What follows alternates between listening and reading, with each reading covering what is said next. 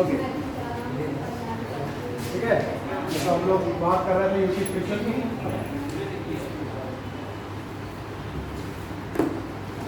UP special में क्या बनाया, क्या पॉइंट लिखा था लास्ट में?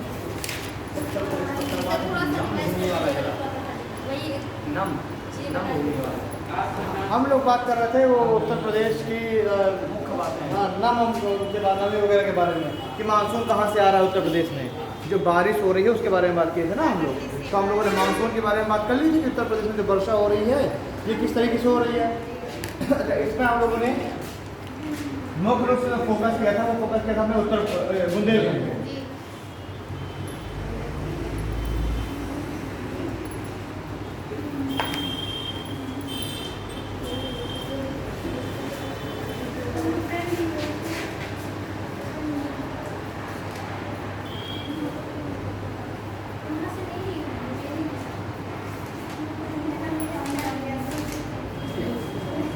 तो हम लोगों ने कल मेन फोकस किया था बुंदेलखंड वाले जगह को कि आखिरकार ये जो बुंदेलखंड है, ये बुंदेलखंड देखिए पूरा यहाँ से यहाँ तक बुंदेलखंड आ रहा है।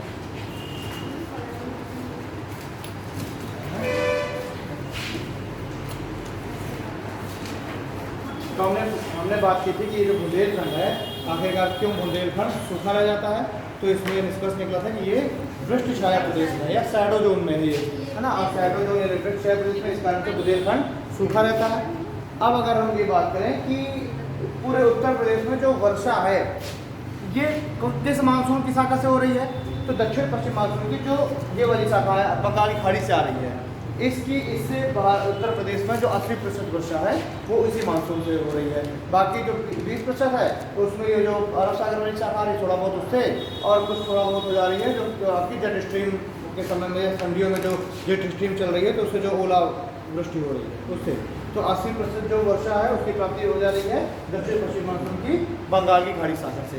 ठीक, अब चूंकि बंगाल की खाड़ी शाखा यहाँ से प्रवेश की तो स्वाभाविक सी बात है सबसे ज़्यादा बारिश उत्तर प्रदेश में यहीं पर होगी।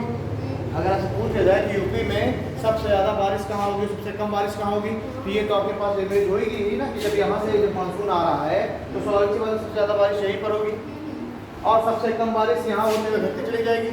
तो यहाँ पर गोरखपुर है, गोरखपुर उत्तर प्रदेश का सबसे ज़्यादा बारिश वाला जिला है। उत्तर प्रदेश में सबसे ज़्यादा बारिश गोरखपुर में हो रही है और सबसे कम बारिश हो रही है मथुरा में।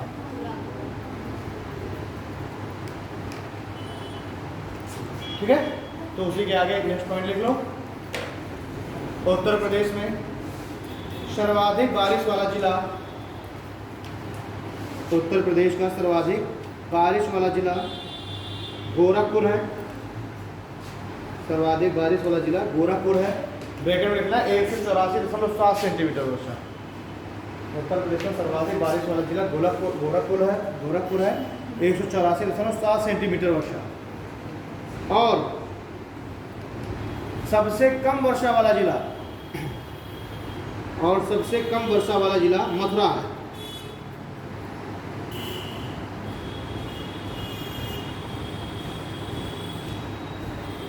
ठीक है, अतः हम कह सकते हैं कि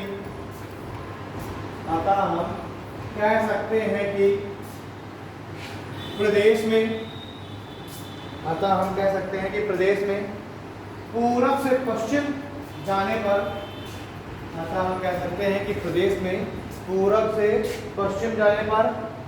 और उत्तर से दक्षिण जाने पर, हम कह सकते हैं कि प्रदेश में पूरब से पश्चिम जाने पर और उत्तर से दक्षिण जाने पर वर्षा की मात्रा घटती जाती है। वर्षा की मात्रा घटती जाती है।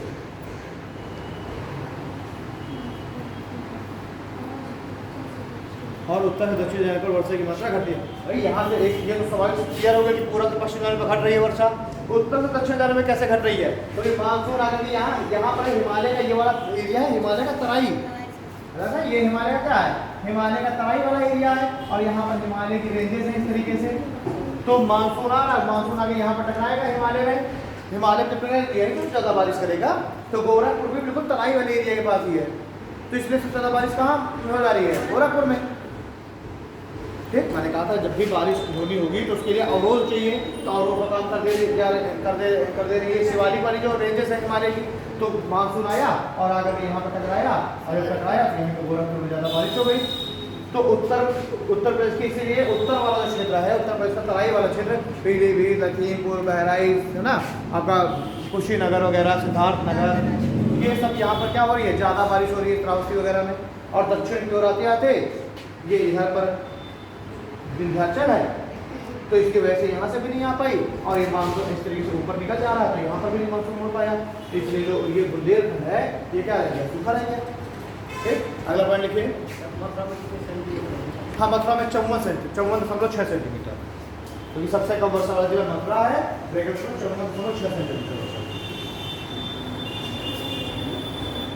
54.6 सेंटीमीटर वर्षा। तो मथुरा आगरा बिल्कुल अगल बगल है, वैसे तो मथुरा पर ही कहा जाता है, लेकिन ये है मथुरा, ये है आगरा। तो मथुरा में कम है, तो आगरा में कमी होगी, लेकिन उत्तर प्रदेश का सबसे कम वर्षा वाला जिला मथुरा ही है। ठीक है, वो अगर ऑप्शन है में ना मथुरा हो और आगरा हो तो वो अलग बात है, लेकिन अगर ऑप्शन है तो मथुरा ही सही है। ठीक है, नेक्स्ट पॉइंट लिखिए। उत्तर प्रदेश में सर्वाधिक वर्षा जुलाई महीने में होती है। उत्तर प्रदेश में सर्वाधिक वर्षा जुलाई महीने में होती है।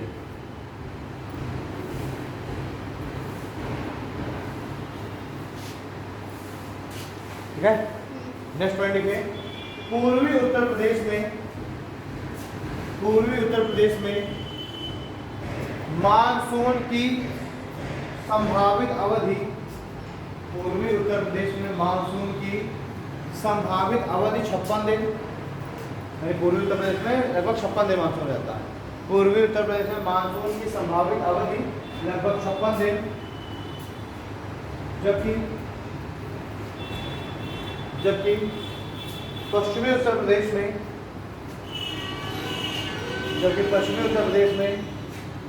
यह संभावित अवधि 32 दिन है। जबकि पश्चिमी उत्तर प्रदेश में यह संभावित अवधि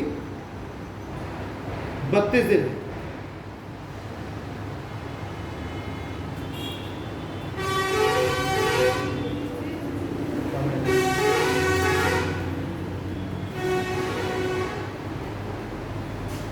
ठीक है, ये तो हो गई वर्षा। बुंदेलखंड में वर्षा न होने का हमने कारण देखिए, लेकिन बुंदेलखंड गर्म भी बहुत ज़्यादा है। बांदा देखो पूरे वर्ल्ड में सबसे गर्म बांदा हो गया। ठीक है, तो इसका कारण क्या है कि भैया बुंदेलखंड इतना गर्म का है, जबकि ये तो तराई के पास है, जबकि तो तराई एरिया के पास है ना भैया।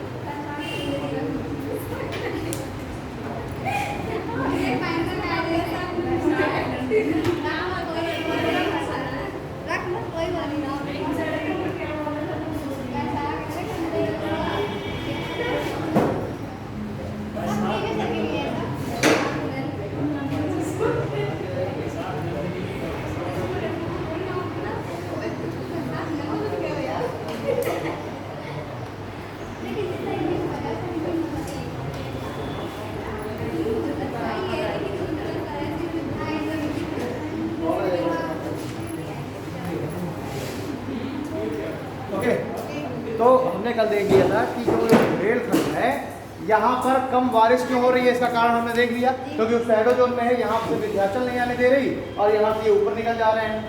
ठीक, यहाँ से भी हम देख रहे हैं तो नहीं आ पा रहे। लेकिन अब ये सबसे गर्म का है, क्या व्यवस्था है, बारिश नहीं होती इसलिए गर्म होती है। ऐसा कुछ नहीं है। लेह में भी तो बारिश नहीं होती, लेह तो पूरे भारत में सबसे कम वर्षा वाला स्थान है, 20 सेंटीमीटर से कम वर्षा होती है, तो वहाँ का को जो है वो क्या गर्म नहीं है। हाँ, पता नहीं। सुनो मैंने कल आपको बताया था कि जो उत्तर प्रदेश है वो लगभग 23.5 डिग्री 56 मिनट उत्तरी अक्षांश में स्थित है, और यही है जहाँ से कर्क रेखाओं में गुजर रही है। तो कर्क रेखा कहाँ से गुजर रही है? इस तरीके से कर्क रेखा गुजर रही है हिमाचल पहाड़ियों के ऊपर से लगभग बिल्कुल, ये थोड़ा ज़्यादा नीचे बन गया है ना, ये ज़्यादा नीचे बन गया, ये लगभग कर्क रेखा इससे गुजर रही है, ठीक है। और ये मान के चलिए आप, ये इस तरह का उत्तर प्रदेश भी आ जा रहा है कर्क रेखा में, ठीक है। कर्क रेखा उत्तर प्रदेश में कहाँ कर्क रेखा जाती है? कर्क रेखा मैंने आपको बताया था, कर्क रेखा गुजरात, राजस्थान, मध्य प्रदेश, छत्तीसगढ़, झारखंड, वेस्ट बंगाल, त्रिपुरा और मिजोरम, है ना। यानी कि उत्तर प्रदेश यहाँ पर उत्तर में उत्तर प्रदेश क्रॉस हो जा रहा है। ये मान के चलिए कि कर्क रेखा बिल्कुल उत्तर प्रदेश के जस्ट दक्षिण से गुजर रही है ना, और यही वाला क्षेत्र है भाई, बुंदेलखंड इसके नजदीक है ना ज़्यादा। ये भी लोग चले तो बुंदेलखंड ही है, झांसी बुंदेलखंड है ना, महोबा, बांदा, तो ये सब बुंदेलखंड है। तो जो बुंदेलखंड है कर्क रेखा के काफ़ी नज़दीक है, और आप लोग जानते हैं कि जो कर्क रेखा है उस पर भी सूर्य की किरणें लंबवत पड़ती हैं।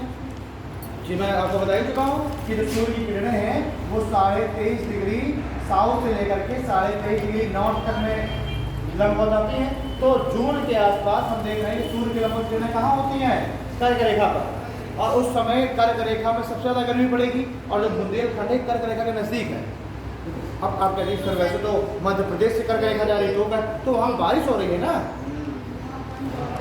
भाई, यहाँ विंध्याचल है, यहाँ सतपुड़ा है, प्रॉपर वे में बारिश हो जा रही है, ठीक। दूसरी तरफ क्या है? विंध्याचल सतपुड़ा दोनों पहाड़ी एरिया हैं, पहाड़ी एरिया है, तो वहाँ पर वो मानसून मान लीजिए अलग थोड़ा सा हो जा रहा है ना चीज़ें। लेकिन जो बुंदेलखंड है यहाँ पर ना तो बारिश हो पा रही है ना, दूसरा पठार है, पठार भी गर्म होते हैं, पठार ज़्यादा तेज वो गर्म हो जाएंगे ना ज़्यादा जल्दी, तो पठार क्या है गर्म हो गए। जंगल अंगल ज़्यादा है नहीं, एमपी में आप देख रहे हैं कि जंगल है, खूब हरे भरे खूब पेड़ है, तो इस वजह से वहाँ पर जहाँ पेड़ होते हैं तो वहाँ पर टेम्परेचर कमी होता है ना, तो खूब यहाँ पर पेड़ है, इस वाले क्षेत्र में पेड़ है तो टेम्परेचर इसलिए कम। दूसरी चीज़ उत्तर ये जो बुंदेलखंड है पठारी एरिया, पेड़ पौधे हैं नहीं, बारिश हो नहीं रही है, मिट्टी पूरी सूखी पड़ी है ज़मीनें, तो जो ज़मीन है ज़्यादा जल्दी गर्म हो जाएगी, पठार ज़्यादा जल्दी गर्म हो जाएगा, तो यहाँ पर जो टेम्परेचर है बहुत ज़्यादा पड़ेगा, ठीक। तो यही कारण है कि ये जो बुंदेलखंड है ये भारत का सबसे गर्म क्षेत्र हो जाता है, और बांदा जो है पूरे भारत का सबसे गर्म जिला। नेक्स्ट पॉइंट लिख लीजिए, उत्तर प्रदेश का बुंदेलखंड, उत्तर प्रदेश का बुंदेलखंड कर्क रेखा के, उत्तर प्रदेश का बुंदेलखंड कर्क रेखा के नजदीक होने के कारण, उत्तर प्रदेश का बुंदेलखंड कर्क रेखा के नजदीक होने के कारण, कर्क रेखा के नजदीक होने के कारण अधिक गर्म रहता है, अधिक गर्म रहता है, और अधिक गर्म रहता है, और बांदा उत्तर प्रदेश का सर्वाधिक गर्म जिला है, और बांदा उत्तर प्रदेश का सर्वाधिक गर्म जिला है।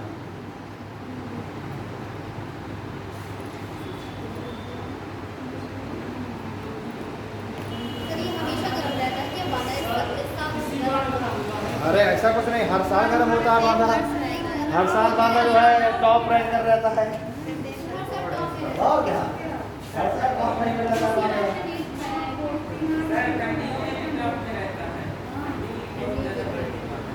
एक बार बताओ, पठार जल्दी ठंडा होगा तो गर्म होगा तो ठंडा भी तो होता है, सेम ये चीज़ है कि जो पठार है ये पठार ठंडे भी हो जाते हैं। जैसे राजस्थान देखो, वहाँ पर डायरेक्ट तापमान सबसे ज़्यादा, क्योंकि बालू है, तो बालू बहुत जल्दी गर्म हो गई, तो दिन में टेम्परेचर पता चले कि जो है 48 से 50 पहुँच गया, और रात में टेम्परेचर 20-22 पहुँच जाता है। तो वहाँ पर दिन बहुत गर्म होते हैं और रातें बहुत ठंडी होती है, आपको बताइए जरूरत होनी पड़ती है राजस्थान में, ठीक। तो ये पठार के साथ भी यही सेम चीज़ है, पठार गर्म जल्दी होगा तो ठंडा भी उसी मात्रा में होगा ना, तो ठंडा तो इसलिए सर्दी भी यहाँ काफ़ी पड़ती है, ठीक है, गर्मी भी काफ़ी है, सर्दी भी काफ़ी है,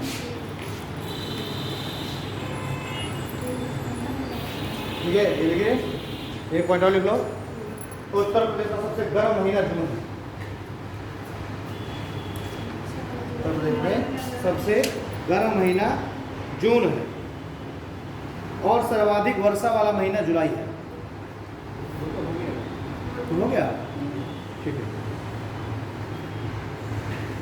ठंडा महीना लिखो जनवरी, सबसे गर्म महीना जून, सबसे वर्षा वाला जुलाई और सबसे ठंडा महीना जनवरी। जनवरी में सबसे ज़्यादा ठंडा पड़ेगी। अब एक बार बताओ, उत्तर प्रदेश में अगर हम उत्तर से दक्षिण की ओर आए तो तापमान में कुछ प्रभाव पड़ेगा कि नहीं? उत्तर वाले जिलों में ज़्यादा तापमान क्या पड़ेगा? ठीक है, उत्तर के जो जिले हैं यहाँ पर ठंडक थोड़ा ज़्यादा होगी और यहाँ की ओर आए तो तापमान क्या होगा? बढ़ता जाएगा। तो ये हिमालय के तराई वाले क्षेत्र है ना, तो यहाँ पर ये वाले जिले क्या ठंडे ठंडे रहेंगे और ये नीचे वाले जिले आएंगे तो गर्म पड़ते जाएंगे। देख लो, देखिए यूपी में उत्तर से दक्षिण में आने पर, यूपी में उत्तर से दक्षिण में आने पर तापमान बढ़ता जाता है। तापमान बढ़ता जाता है और सबसे कम तापमान बढ़ता जाता है और सबसे कम तापमान उत्तर पश्चिम जिलों में है और सबसे कम तापमान उत्तर पश्चिम जिले में।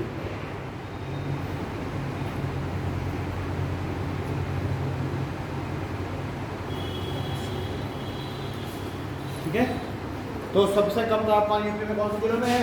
ये जो उत्तर पश्चिम वाले जिले हैं, ये जिले सबसे ठंडे हैं उत्तर प्रदेश में। ठीक है ना, यहाँ से यहाँ आने में तापमान बढ़ रहा है और सबसे अगर ठंडे जिलों की बात करिए तो ये उत्तर प्रदेश। यहाँ पर देखिए सहारनपुर देखो, है ना, ये जो सबसे ठंडा है सहारनपुर, तो उत्तर पश्चिम वाले जिले हो गया।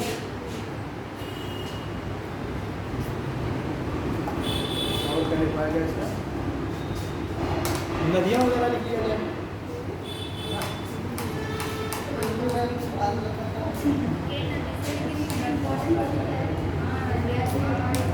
हाँ देखिए, देखो हाई डालो, उत्तर प्रदेश की प्रमुख नदियाँ एवं परियोजनाएं। उत्तर प्रदेश की प्रमुख नदियाँ एवं परियोजनाएं। देखो पहला पॉइंट, ठीक है, प्रमुख नदियाँ परियोजनाएं।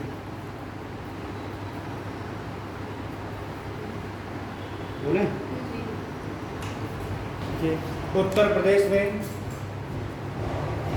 हिमालयी नदियों के साथ साथ, उत्तर प्रदेश में हिमालयी नदियों के साथ साथ प्रायद्वीपीय नदियां भी प्रवाहित होती हैं। उत्तर प्रदेश में हिमालयी नदियों के साथ साथ प्रायद्वीपीय नदियां भी प्रवाहित होती हैं।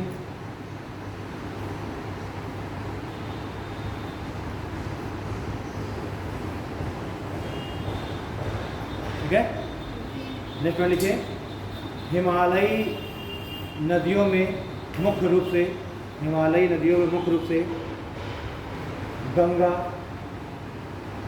हिमालयी नदियों में मुख्य रूप से गंगा, यमुना, हिमालयी नदियों में मुख्य रूप से गंगा, यमुना, रामगंगा, गोमती, घाघरा, गोमती, घाघरा, शारदा एवं राप्ती प्रमुख हैं। गंगा, यमुना, रामगंगा, गोमती, घाघरा, शारदा एवं राप्ती प्रमुख है। वहीं प्रायद्वीपीय नदियों में, चंबल, चंबल, सिंध, बेतवा, केन, चंबल, सिंध, बेतवा, केन, सोन,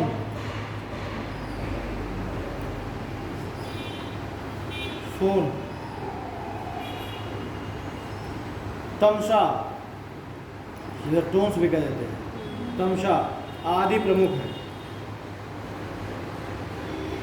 एक बेटा लिखोगे नहीं? लिखा है। हाँ ठीक है, आदि प्रमुख है।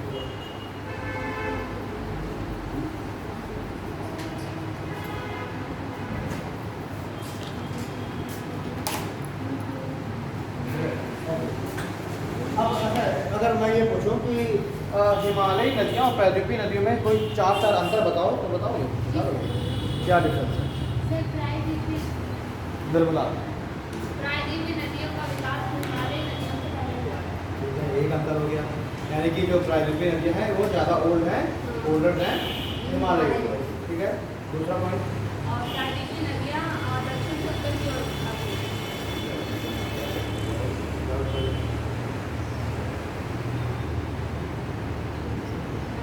ये 12 मासी कौन सी नदियाँ होंगी? इसमें कोई डिफरेंस है? 12 मासी मतलब जिनमें पूरे साल भर पानी रहता है।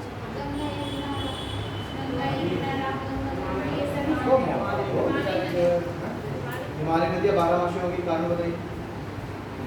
ये हमेशा बहती रहती है और हिमालय से आती है। कैसे रहते हैं? कुछ तो मालूम होगा जो कह रहे हैं। ग्लेशियर से निकल रही हैं, ग्लेशियर साल भर पिघलते रहेंगे। मैं समझो बड़े बड़े ग्लेशियर बन गए, और क्या गर्मियों में ग्लेशियर पिघल रहे हैं। तो एक तो ग्लेशियर के पिघलने से नदियों को उद्गम हुआ, दूसरा हिमालयी क्षेत्र में वर्षा होगी, तो वर्षा का भी पानी। तो देखिए जो हिमालयी नदियाँ हैं वो साल में 2 बार उसमें जल की मात्रा बढ़ जाती है। एक बार जल की मात्रा बढ़ेगी गर्मियों में, मई जून में जल की मात्रा बढ़ेगी, और एक बार जल की मात्रा बढ़ेगी जुलाई या सितंबर में, यानी मानसून के समय। तो जो हिमालयी नदियाँ हैं साल में 2 बार उसमें जल की मात्रा बढ़ती है, गर्मियों में ग्लेशियर ज़्यादा से पिघलेगी तो नदी में पानी ज़्यादा आ गया, और दूसरा मानसून में। और हिमालयी नदियों में सूख कब जाती है, मतलब जल सबसे कम हो जाता है सर्दियों में, दिसंबर जनवरी में। क्यों? क्योंकि ग्लेशियर पिघलना बंद हो गया, बारिश हो नहीं रही है। ठीक, तो जो हिमालय जो गंगा को देखो तो दिसंबर जनवरी में बिल्कुल सूख जाएगी, बहुत कम पानी हो जाएगा, है ना। तो ये जो नदियाँ हैं 12 मासी हैं, क्योंकि एक बार तो ग्लेशियर पिघलने से पानी आ गया, और दूसरा बार पानी आ गया मानसून से। तो सूख कहाँ जाती हैं? थोड़ा थोड़ा तो पानी आता ही रहता है, मतलब कम हो जाती हैं, ये है कहने का मतलब। सूखने के बाद बिल्कुल सूख गई। जबकि प्रायद्वीपीय तुम नदियाँ देखोगे ना, तो वो हो सकता है कि कुछ समय महीने में बिल्कुल पानी ना उनमें, बिल्कुल खत्म। जबकि गंगा को तुम देखो, गंगा कभी भी पूरे साल ऐसा लगता है क्या कि ये खत्म हो गई? बिल्कुल नहीं ना।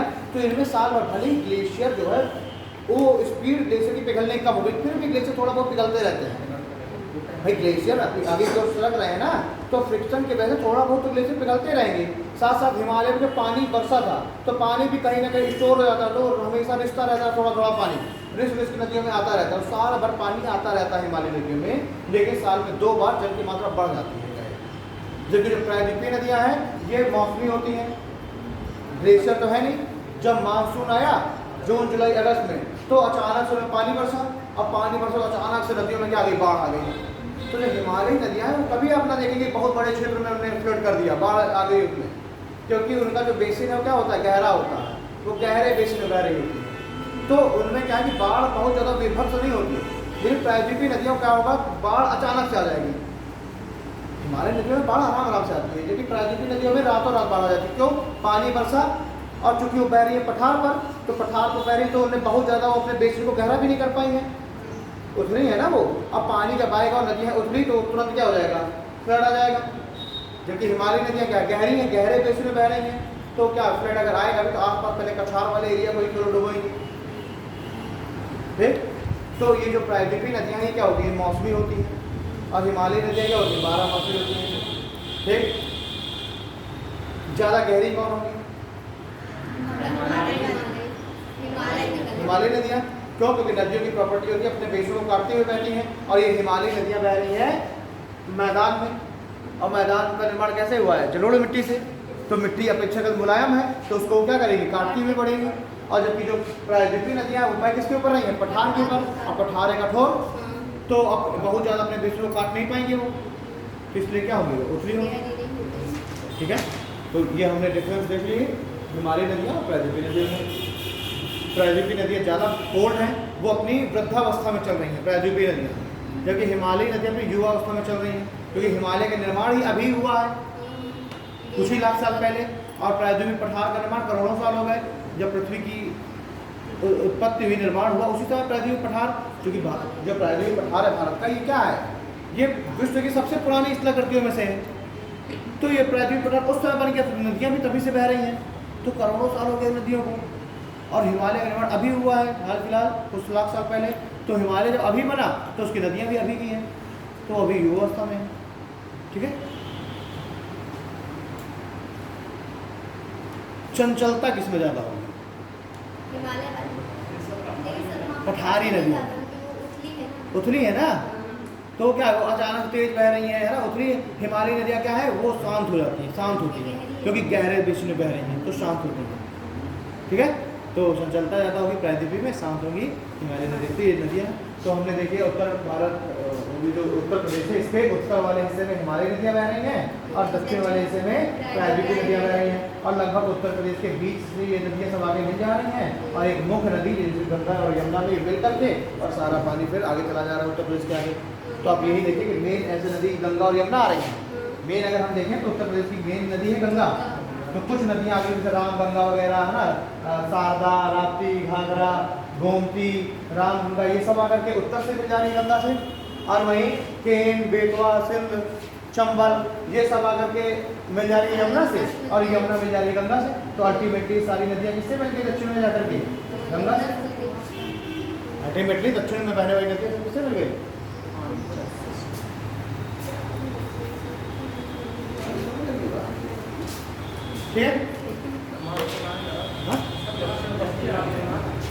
मानसून जो है इतने जल्दी किससे आगे समझ नहीं आ रहा। हाँ, तो पहले ये उसकी वजह से ये बारिश हो रही है ना इस समय, हाई प्रेशर लो प्रेशर की डिफरेंस की वजह से। तो हाई प्रेशर लो प्रेशर का डिफरेंस आ रहा है उसकी वजह से। तो यहाँ तक हो गया, ठीक है। अगला पॉइंट लिखिए जरा। गंगा उत्तर प्रदेश की सबसे बड़ी नदी है। गंगा उत्तर प्रदेश की सबसे बड़ी नदी है, और इसकी लंबाई, गंगा उत्तर प्रदेश की सबसे लंबी या सबसे बड़ी नदी है, और इसकी लंबाई उत्तर प्रदेश में 900 किलोमीटर है। उत्तर प्रदेश में बात चल रही है, और इसकी लंबाई उत्तर प्रदेश में लगभग 900 किलोमीटर है। 900 किलोमीटर, लगभग समथिंग 880-85 किलोमीटर है, लगभग 900 किलोमीटर। इसकी लंबाई उत्तर प्रदेश में लगभग 900 किलोमीटर है। नेक्स्ट पॉइंट लिखिए। गंगा उत्तर प्रदेश में बिजनौर जिले से प्रवेश करती है। गंगा उत्तर प्रदेश में बिजनौर जिले से प्रवेश करती है। गंगा उत्तर प्रदेश में बिजनौर जिले से प्रवेश करती है, और इलाहाबाद में इससे यमुना मिल जाती है, और इलाहाबाद में इससे यमुना मिल जाती है। ठीक है, नेक्स्ट पॉइंट। उत्तर प्रदेश के बाद यह बिहार चली जाती है। उत्तर प्रदेश के बाद यह बिहार प्रवेश करती है। नेक्स्ट पॉइंट लिखिए। यमुना यूपी की एक अन्य मुख्य नदी है। यमुना यूपी की एक अन्य मुख्य नदी है। यमुना यूपी की एक अन्य मुख्य नदी है, और यह यूपी की सबसे प्रदूषित नदी है। और यह प्रदेश की सबसे प्रदूषित नदी है। और यह प्रदेश की सबसे प्रदूषित नदी है। नेक्स्ट पॉइंट लिखिए। यह 19 जिलों में बहती है, उत्तर प्रदेश के 19 जिलों में। ये, और गंगा की अगर बात करें तो गंगा 28 जिलों में बहती है यूपी के। ठीक है, तो गंगा यूपी के 28 जिलों से बह रही है, और यमुना यूपी के 19 जिलों से बहती है। वहाँ पर मेंशन करना कर लेना गंगा में कहीं पर कि गंगा यूपी के 28 जिलों से बहती है, और यमुना यूपी के 19 जिलों से बहती है। ठीक है, नेक्स्ट पॉइंट लिखिए। आगरा से नहीं, जो आगरा नहीं, देखो गाजियाबाद से आगरा के हैं, ऐसे लिखो। गाजियाबाद से आगरा के मध्य यमुना सर्वाधिक प्रदूषित है। गाजियाबाद से आगरा के मध्य यमुना सर्वाधिक प्रदूषित है और इस कारण इसे हरी गंगा भी बोलते हैं और इस कारण इसे हरी गंगा भी बोलते हैं।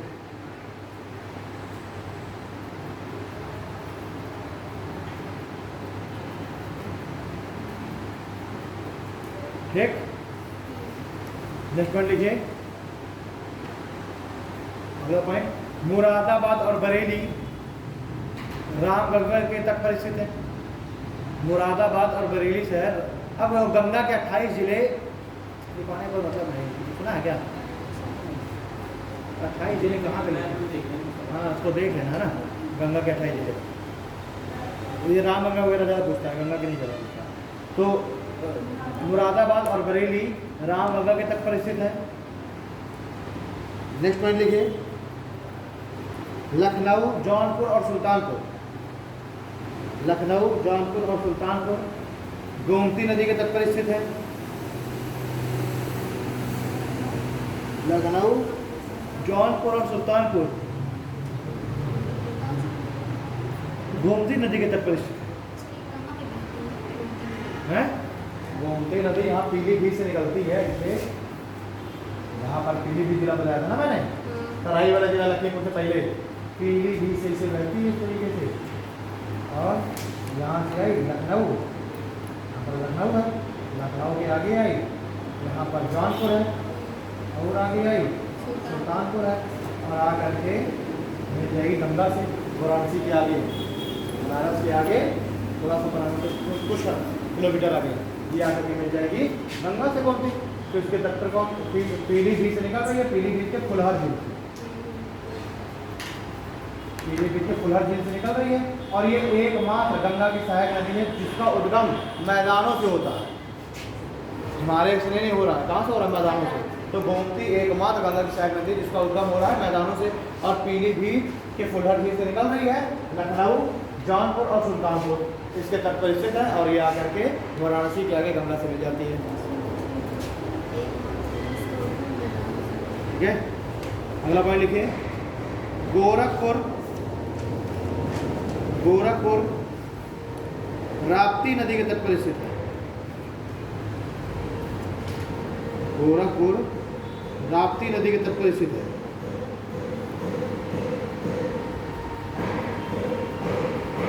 ठीक, नेक्स्ट पॉइंट लिखिए,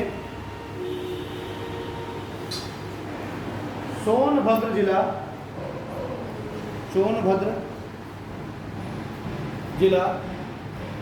सोन नदी के तट पर स्थित है। सोनभद्र जिला सोन नदी के तट पर स्थित है। हाँ देखो, यहाँ पर है अमरकंटक, मतलब सतपुड़ा रेंज है, सतपुड़ा रेंज में यहाँ पर मैकाब रेंज, सतपुड़ा की यहाँ पर मैकाब रेंज और मैकाब रेंज में यहाँ पर चोटी जिसका नाम है अमरकंटक। इस अमरकंटक चोटी से एक नदी निकल रही जिसका नाम है सोन, उत्तर की ओर बह रही है। कहाँ पर हो गई? सोनभद्र में। ठीक, सोनभद्र में आई, यहीं पर सोनभद्र में ही एक नदी है जिसका नाम है रिहंद, एक नदी है रिहंद, ये आके मिल गई सोन से और जहाँ पर रिहंद नदी सोन से मिली है वहीं पर एक डैम बना दिया गया है गोविंद वल्लभ पंत। ठीक है, रिहंद बांध, बांध क्या है? रिहंद बांध। और इसलिए जो रिहंद बांध है, इस रिहंद बांध का जो जलाशय है, भाई कोई भी बांध बनाया जाए तो बड़े एरिया में उसका पानी स्टोर हो जाएगा ना, रिजर्वायर। तो इस रिहंद बांध का ही जो रिजर्वायर है, जो जलाशय है, उसी का नाम है गोविंद वल्लभ पंत। इसी का जो जलाशय है रिहंद बांध का नाम क्या है? गोविंद वल्लभ पंत जलाशय। और ये भारत का सबसे बड़ा कृत्रिम झील है। गोविंद वल्लभ पंत सागर क्या है? भारत की सबसे बड़ी कृत्रिम झील है। तो लिख लीजिए, सोनभद्र सोन नदी के तट पर स्थित है और यहीं पर रिहंद बांध भी स्थित है और यहीं पर रिहंद बांध भी स्थित है। सोनभद्र सोन नदी के तट पर स्थित है और यहीं पर यानी सोनभद्र में ही रिहंद बांध स्थित है। Full stop. रिहंद बांध का जलाशय रिहंद बांध पर स्थित जलाशय, रिहंद बांध पर स्थित जलाशय गोविंद वल्लभ पंत सागर, रिहंद बांध पर स्थित जलाशय गोविंद वल्लभ पंत सागर भारत की सबसे बड़ी कृत्रिम झील है।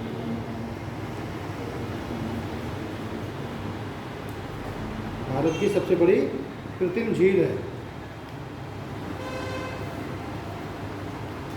ठीक है, नेक्स्ट पॉइंट लिखिए, गाजियाबाद और गौतम बुद्ध नगर, गाजियाबाद और गौतम बुद्ध नगर हिंडन नदी के तट पर स्थित है। गाजियाबाद और गौतम बुद्ध नगर हिंडन नदी के तट पर स्थित है।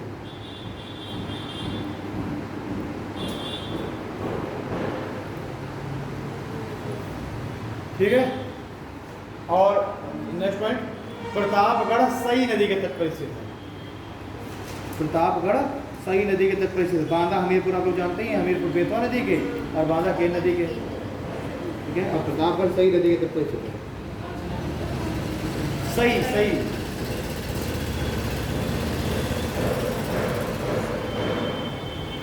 प्रतापगढ़ सई नदी के तट पर स्थित है।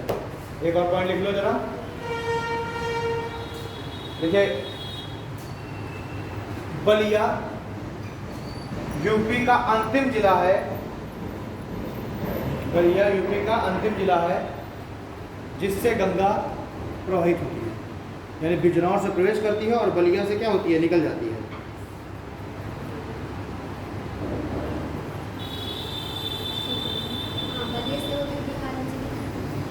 बिजनौर में इंटर की और बलिया से यूपी से बाहर निकल गई, बिहार चली गई, तो बिजनौर से बलिया।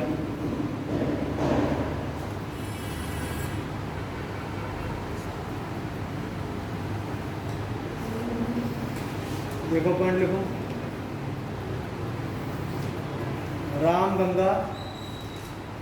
रामगंगा नदी गंगा से कन्नौज में मिलती है।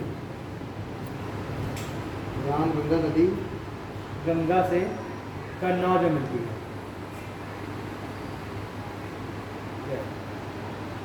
एक और पॉइंट लिखिए, यमुना नदी यूपी में सहारनपुर से प्रवेश करती है। यमुना नदी यूपी में सहारनपुर से प्रवेश करती है और इलाहाबाद में समाप्त हो जाती है। और इलाहाबाद में समाप्त हो जाती है।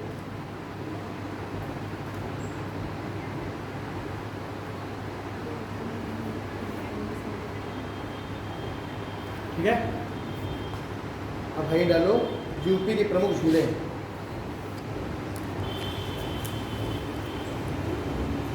एक दो परियोजना और लिखवा दे क्या? परियोजना लिखवाई नहीं ना? परियोजना लिखवाई नहीं? परियोजना लिखवाई। तो एक तो हमने रिहंद बांध लिख लिया है। ठीक है, एक लिख लो माता टीला बांध, बेतवा नदी। माता टीला बांध बेतवा नदी। रानी लक्ष्मीबाई बांध, ये माता टीला बांध ललितपुर में है। माता टीला बांध ललितपुर बेतवा नदी। फिर रानी लक्ष्मीबाई बांध बेतवा नदी, रानी लक्ष्मीबाई बांध बेतवा नदी, और ये झांसी में है। ठीक, अगला लिखो अर्जुन सहायक परियोजना। अर्जुन सहायक परियोजना, अर्जुन नदी महोबा।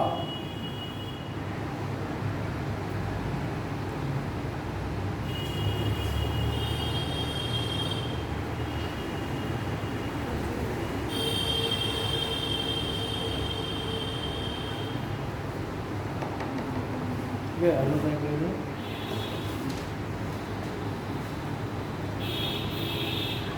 देखो दक्षिणी गंगा नहर नरौरा बुलंदशहर, दक्षिणी गंगा नहर नरौरा बुलंदशहर। और कोई याद है? यूपी में ज्ञान ज़्यादा है, ये कम है।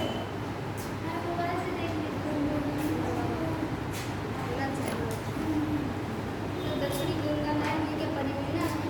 हाँ, यहाँ से गंगा बही है ना, दक्षिणी गंगा नहर, दक्षिण नाम नहीं लिखा उसमें, दक्षिणी गंगा नहर। ये क्या किया गया है, गंगा से एक नहर निकाल दी गई है जो कि नरौरा बुलंदशहर तक चली जाती है, ठीक है। और जो उत्तरी गंगा नहर है वो हरिद्वार से निकाली गई है, हर की पहाड़ी से उत्तरी गंगा नहर हरिद्वार से निकाली गई है, और दक्षिणी गंगा नहर नरौरा से पूछ के आता है कि उत्तरी गंगा नहर कहाँ से निकाली गई है, उत्तराखंड हरिद्वार, और दक्षिणी गंगा नहर नरौरा बुलंदशहर उत्तर प्रदेश, ठीक है। चलो 4-6 लाइन छोड़ दो और परियोजना वगैरह सर्च करके बाद देखिए। परियोजना इंडिया के रिस्पेक्ट में तो बहुत सारी याद है, यूपी के रिस्पेक्ट में आते हैं, तो यूपी में ज़्यादा परियोजना है नहीं। देखो केन में कोई बहुत ज़्यादा इम्पोर्टेंट है, केन की आज तक कभी पूछी नहीं गई। बेतवा की 2-3 है, जैसे माता कीला है, लक्ष्मीबाई बाग और एक रिहंद, ये इम्पोर्टेंट है। बाकी जो हिमालय नदियों पर बनी हुई है तो वो सब बनी है उत्तर में बिल्कुल, ठीक है। जो जितनी भी जैसे बनी हुई है, जैसे एक हाँ कालागढ़ बांध रामगंगा, कालागढ़ बांध रामगंगा नदी, लेकिन अब समस्या क्या है, कालागढ़ बांध रामगंगा नदी पर तो है लेकिन यूपी में नहीं है, वो उत्तराखंड में है। हाँ तो मैंने कालागढ़ बोल दिया तब याद है कि यूपी में तो है, उत्तराखंड में है ना। तो उत्तराखंड में से कालागढ़ बांध छोड़ दो, परियोजना छोड़ दो, यूपी में इंपॉर्टेंट परियोजना है, ठीक है। क्या करेगा वही यूपी में जो भी मैंने पता नहीं जो भी है, या तो यूपी के बाहर दूसरे स्टेट में बनी हुई है, यूपी में ज़्यादा परियोजना नहीं है। अच्छा अर्जुन सागर परियोजना पूछी जाने की संभावना है क्योंकि अभी वो लेटेस्ट होगा है ना, तो इसलिए एक बेतवा लिंक परियोजना वो पूछिए, वो सबसे तरीके से सबसे बड़ी परियोजना है बेतवा लिंक परियोजना, लगभग उसमें खर्चा हो रहा है 38,000 करोड़। बेतवा लिंक पर बेतवा से लिंक को कनेक्ट किया जा रहा है, बेतवा और लिंक को कनेक्ट किया जा रहा है, हाँ तो बेतवा से लिंक कनेक्ट किया जा रहा है और वहीं उसी परियोजना के बीच में आ जा रहा है अर्जुन सागर परियोजना, ठीक है। तो ओके क्या है, अब भाई कर लो भारत की प्रमुख झीलें, सॉरी यूपी की प्रमुख झीलें, इंडिया पढ़ा इंडिया ये बता प्रमुख झीलें एवं कुंड, प्रमुख झीलें कुंड एवं जलाशय, ठीक है, झीलें कुंड एवं जलाशय।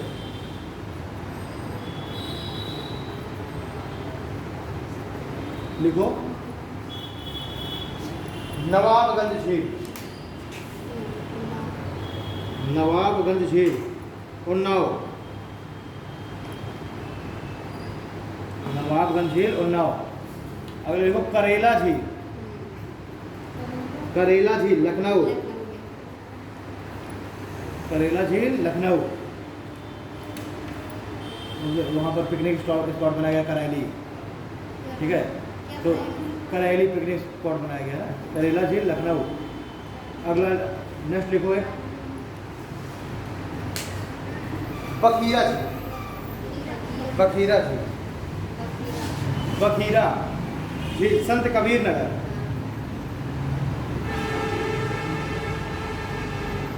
बखीरा झील संत कबीर नगर। अगला लिखो चिलुआ ताल, चिलुआ, चिलुआ ताल गोरखपुर, चिलुआ ताल गोरखपुर। नेक्स्ट लिखो पार्वती झील गोंडा, पार्वती झील गोंडा, ठीक है। अगले लिखो मोती झील बलिया, बलिया नहीं रामपुर, बलिया नहीं रामपुर में, अरे ये कानपुर वाला तो है, ये है वो तो ठीक है, लेकिन कानपुर में तो मोती झील बलिया नहीं, सॉरी रामपुर, मोती झील रामपुर। ऑप्शन दिया होगा ना, तो कानपुर हो ही ना, ठीक है। मोती झील तो पार्क है ना यार, मोती झील झील नहीं, मोती झील पार्क है। कानपुर लगा अच्छा, मोती झील है, यहाँ पर बात हो रही है केवल झीलों की, और मोती झील एक्चुअली में झील नाम तो पार्क है, वो झील के नाम पर वो छोटा सा है, वो मेन वो पार्क है मोती झील, ठीक है। लेकिन जब मोती झील नाम से आएगा तो फिर आप ये बात लगाएंगे। अगला लिख लो एक सिरसी ताल, सिरसी, सिरसी ताल मिर्जापुर, सिरसी ताल मिर्जापुर। ये सिरसी जो है ये झील भी है और सिरसी एक वाटरफॉल भी है मिर्जापुर में, क्या है उसमें तो वहाँ से सोन नदी वहाँ से गिरती है, ठीक है। तो काफ़ी ऊंचा है उस डैम, लगभग 100-125 फीट ऊंचा है। और मानसून के समय चूँकि ज़्यादा पानी होगा तो ज़्यादा बड़ा होता है, और बाकी तो हम लोग उसी के नीचे ही बनाया है। तो लेकिन है वो काफ़ी, अगर अचानक से पानी आ जाए सब लोग गए हैं, तो है वो पूरा चट्टान इस तरीके से, तो काफ़ी बड़ा वाटरफॉल है। तो वो सिरसी ताल एक झील भी है और सिरसी डैम नाम से वाटरफॉल भी है, सिरसी डैम नाम है उसका, ठीक है। तो वो वाटरफॉल है, वहाँ से ली गई थी। आगे लिखा नौ झील, नौ लिख के हाँ लगा था, नौ झील मथुरा, नौ झील मथुरा। नेक्स्ट लिखो सीता कुंड अयोध्या, सीता कुंड अयोध्या। नेक्स्ट लिखो सागर ताल, सागर ताल बदायूं,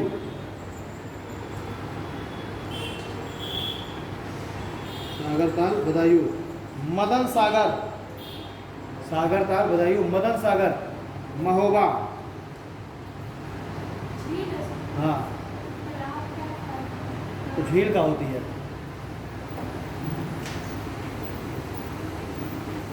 ठीक है। अगले देखो औंधी ताल, औंधी ताल वाराणसी, औंधी ताल वाराणसी। नेक्स्ट देखो बेंती, बेंती प्रतापगढ़, बेंती प्रतापगढ़, हाँ बेंती प्रतापगढ़, बेंती बेंती, अरे ये है बेंती यार, बेंती प्रतापगढ़। निकले ठिठौरा झील, ठिठौरा झील फतेहपुर,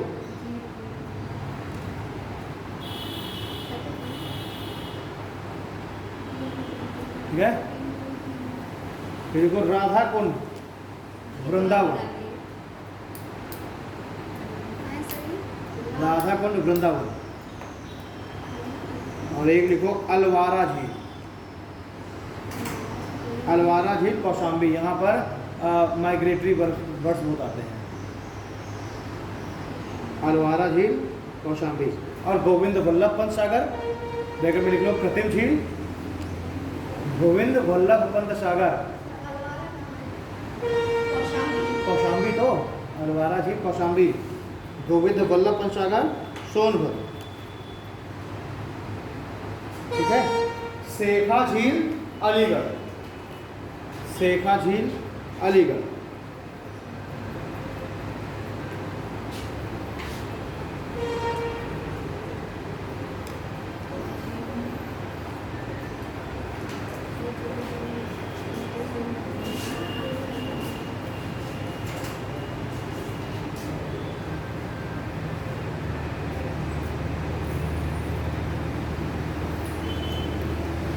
झीलें हो गई, परियोजनाएं हो गई। अब लिखो जरा उत्तर प्रदेश की प्रमुख जनजातियां, प्रमुख जनजातियां।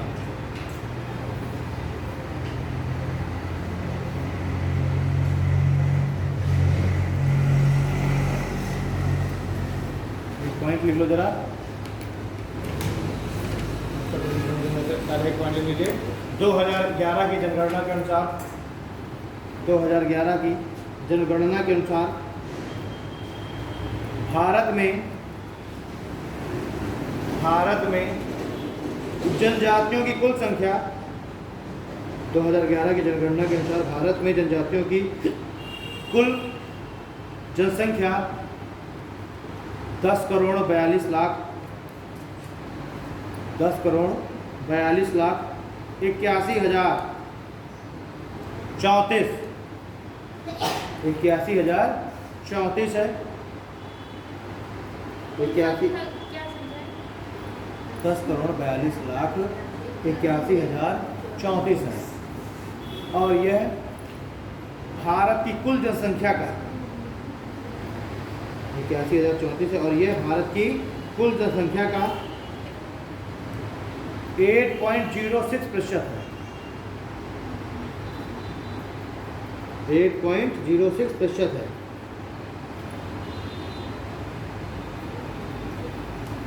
ठीक है। नेक्स्ट पॉइंट लिखिए, वर्तमान में भारत में लगभग 550 जनजातियां सूचीबद्ध हैं। वर्तमान में भारत में लगभग 550 जनजातियां सूचीबद्ध हैं। 550 जनजातियां सूचीबद्ध हैं।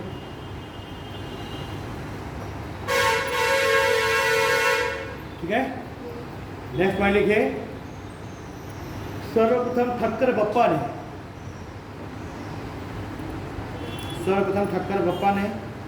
जनजातियों को वनवासी कहकर पुकारा था। वनवासी, सर्वप्रथम ठक्कर बप्पा ने जनजातियों को वनवासी कहकर पुकारा था और इस कारण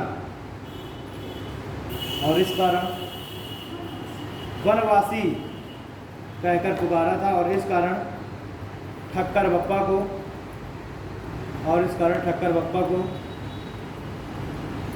जनजातियों का पितामह कहा जाता है। और इस कारण ठक्कर बप्पा को जनजातियों का पितामह कहा जाता है।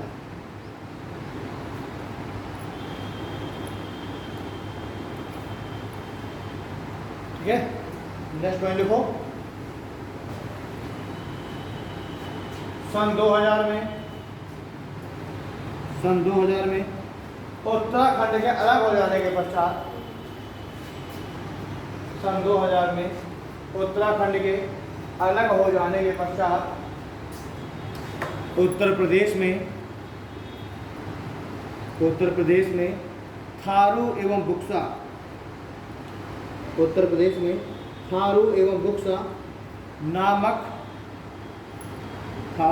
नामक 2 सूचीबद्ध जनजातियां बची हैं। मतलब बची हैं ना लिखे, बची थी। थारू और बुक्सा नामक सूचीबद्ध जनजातियां बची थीं। नेक्स्ट पॉइंट लिखिए, परंतु 2003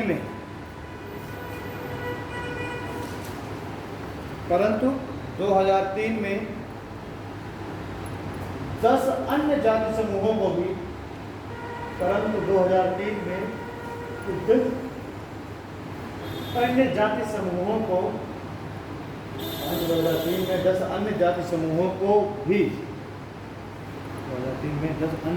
जाति समूहों को भी यूपी की जनजाति के रूप में मान्यता दी गई। अतः वर्तमान में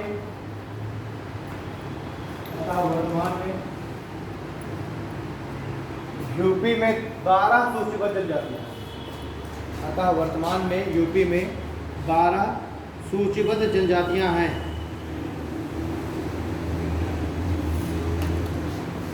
ठीक है। नेक्स्ट पॉइंट लिखिए,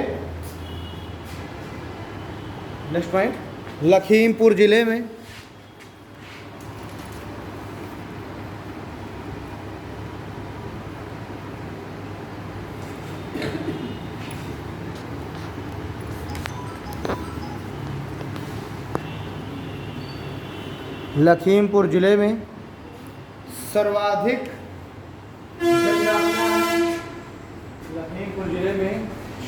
जनजातियां हैं। सर्वाधिक जनजाति जनसंख्या है। ऐसे लखीमपुर जिले में सर्वाधिक जनजाति जनसंख्या है, जबकि चित्रकूट में सबसे कम जनजातियों की संख्या है।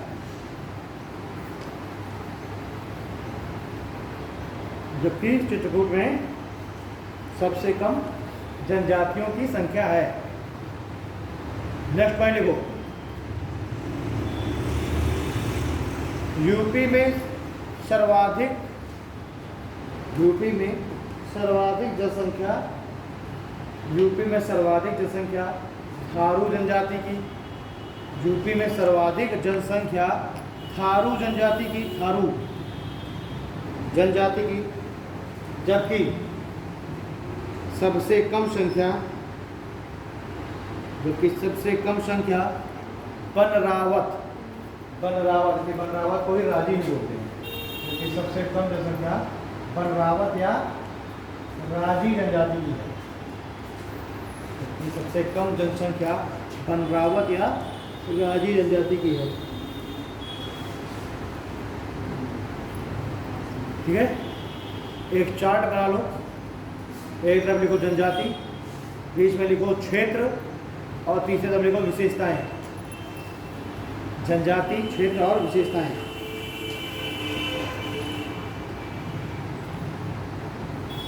जनजाति, क्षेत्र और विशेषताएं। जनजाति में लिखो थारू, जनजाति में लिखिए थारू। क्षेत्र में लिखो हिमालय के तराई क्षेत्र। जनजाति में थारू, क्षेत्र में हिमालय के तराई क्षेत्र जैसे लखीमपुर, हिमालय के तराई क्षेत्र जैसे लखीमपुर, सिद्धार्थनगर, महाराजगंज, श्रावस्ती और बहराइच। श्रावस्ती, बहराइच, लखीमपुर, सिद्धार्थनगर, महाराजगंज, श्रावस्ती और बहराइच। ठीक है, विशेषताओं में लिखो पहला पॉइंट थारू, छूट गया क्या कहीं? श्रावस्ती और बहराइच। विशेषताओं में पहला पॉइंट लिखिए थारू जनजाति के लोग, थारू जनजाति के लोग खुद को, थारू जनजाति के लोग खुद को राजस्थान के थार मरुस्थल से आने वाले राजपूत कहते हैं। थारू जनजाति के लोग खुद को राजस्थान के थार मरुस्थल से आने वाले राजपूत कहते हैं और स्वयं को राजस्थान के किरात वंश का बताते हैं, और स्वयं को राजस्थान के किरात वंश का बताते हैं।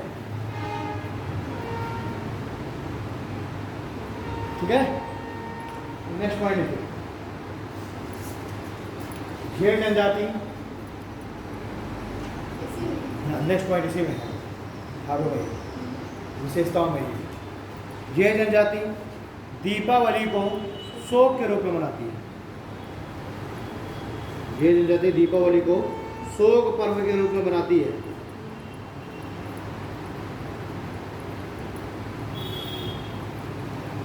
ठीक है, नेक्स्ट पॉइंट लिखिए अगला पॉइंट, ये विवाह के अवसर पर लठ भरवा भोज का आयोजन करते हैं। यहाँ जो रिसेप्शन होता है तो हम बोलते हैं लठ भरवा भोज। यह विवाह के अवसर पर लठ भरवा भोज का आयोजन करते हैं। ये विवाह के अवसर पर लठ भरवा भोज का आयोजन करते हैं। नेक्स्ट पॉइंट लिखिए, ये संयुक्त परिवार में रहते हैं।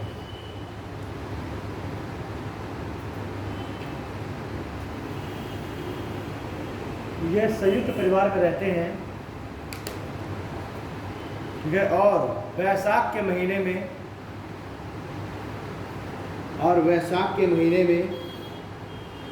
बजहर नामक त्यौहार मनाते हैं। और वैशाख के महीने में बजहर नामक त्यौहार मनाते हैं। ठीक है, इसे क्या करते हैं लोग बजहर त्यौहार में? सभी लोग पीपल या बरगद के पेड़ नीचे बैठ के सब लोग संयुक्त परिवार में, मतलब हम लोग मिलके इकट्ठा भोजन करते हैं, है ना। ये लोग वैशाख महीने बजहर त्यौहार हम लोग यहाँ भी नहीं जो है आंवले वाले के नीचे बैठ के खाते हैं। और जो है कौन से महीने में है? अभी मई जून में तो सब जाते हैं किसी देवी, हर गांव में तो देवी का स्थान होता ही होता है ना। और देवी के साथ तो वहाँ पे आम का पना और अंगरी खाया तो नहीं खाया कभी, है ना। तो मुझे बड़ी पसंद थी, तो नानी जो है हमेशा बुलाया करती थी। गांव में इसका चलन कब था? ननिहाल आता है, ननिहाल थोड़ा सा ज़्यादा आपसे कनेक्टेड होता है, तो ननिहाल में इसका चलन ज़्यादा है। पूरा गाँव के लोग पड़ता है कुटी रही, तो वहाँ पर तो इमली के पेड़ है और देवी का स्थान है, हनुमान जी का स्थान है, तो उस कुटी में काफ़ी अच्छा बड़ा एरिया है और पेड़ और लगे हैं बढ़िया, अच्छा वो भी रहता है। तो वहाँ पर सब लोग जा करके अपना चूल्हे वूल्हे बना के आम का पन्ना और अंकुरी, तो दादी नानी जिंदा थी तो ज़्यादा था साल में एक बार, फिर अगर छुट्टियों में आ गए तो चले गए, नहीं आ पाए तो ठीक है। तो ऐसा ही आयोजन बजहर फेस्टिवल मनाते हैं ये लोग, और पीपल और बरगद के पेड़ नीचे सामूहिक रूप से, ठीक है।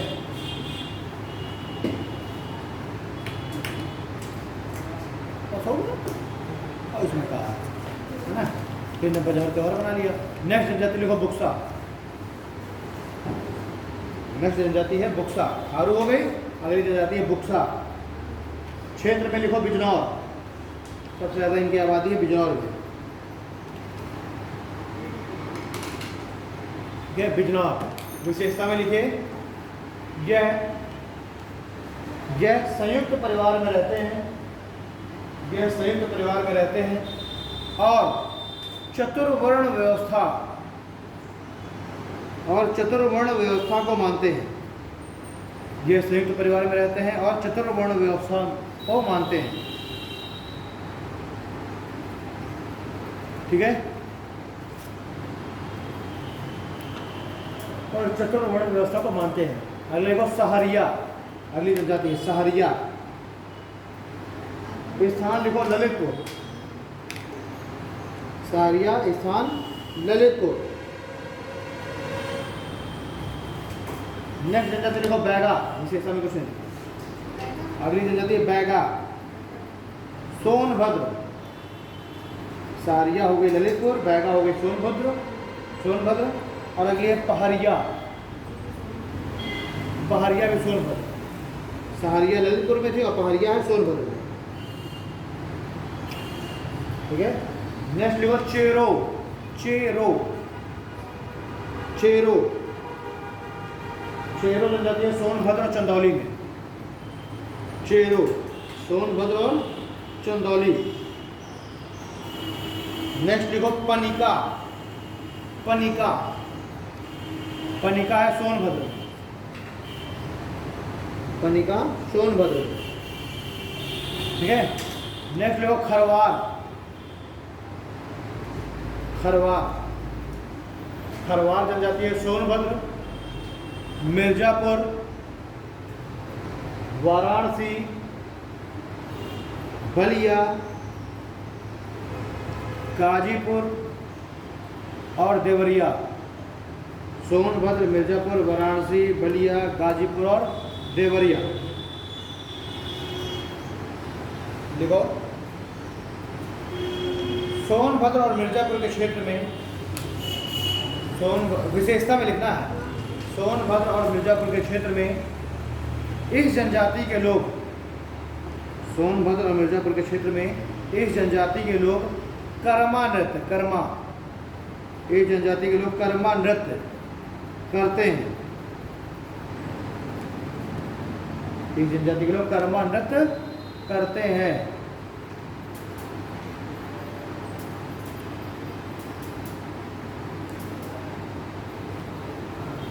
ये अगली जनजाति को पठारी, जनजाति है पठारी, ये भी है सोनभद्र में, पठारी सोनभद्र।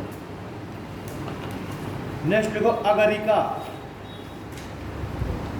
पठारी सोनभद्र में, अगरिका ये भी है सोनभद्र में, अगरिका सोनभद्र। फिर लिखो गोंड, गोंड जनजाति महाराजगंज, गोंड भैया लिखो महाराजगंज। क्या है, कहाँ दिक्कत है? ये है गोंड जनजाति महाराजगंज, सिद्धार्थनगर,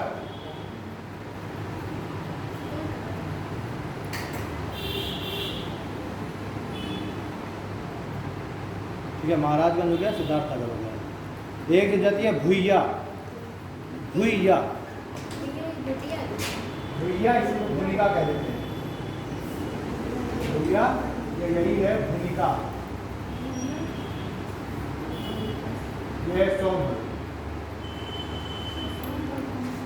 सबसे ज़्यादा जनजाति कहाँ है?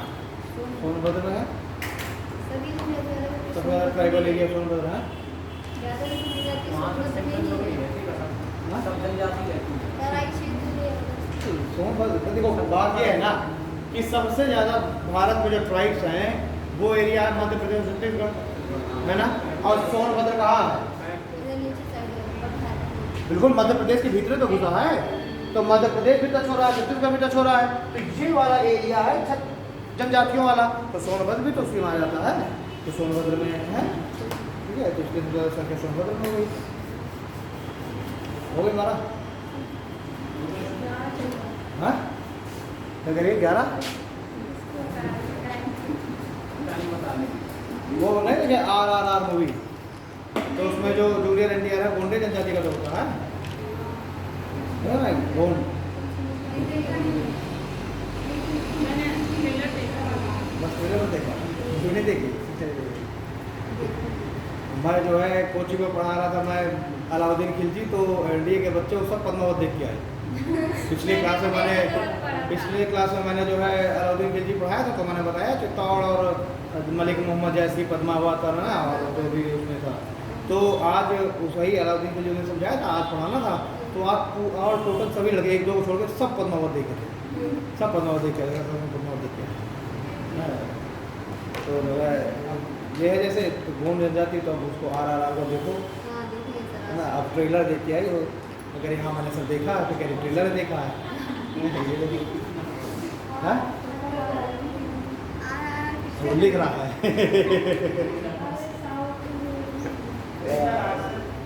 उसका फुल नेम क्या है? Rise revolt roar. हाँ राइज रोर, रोर मीन्स होता है दहाड़ना। राइज मीन्स जगना, रोर ROAR रोर मीन्स होता है दहाड़ना, और रिवॉल्ट मीन्स क्रांति करना। तो उसका फुल नेम है RRR का, राइज रोर रिवॉल्ट, ठीक है। खैर अब आज यहीं तक रखते हैं, है ना। अब जो बचा हुआ है थोड़ा बहुत उसको अगली क्लास में देखेंगे। चलिए मिलते हैं अगली क्लास में, थैंक यू।